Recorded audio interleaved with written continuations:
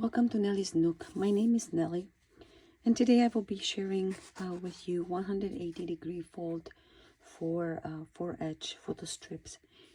You can see that there's a little bit in, so I fold my book, and it's only 200 pages, so it's not very big book. I don't like to fold books that are with a small amount of the pages because the pictures doesn't sometimes come out very well, but I choose this one this time. So I have 204 pages on this book. So to make it more to have a more volume in the book, so I did a 180-degree fold before I put the strips in.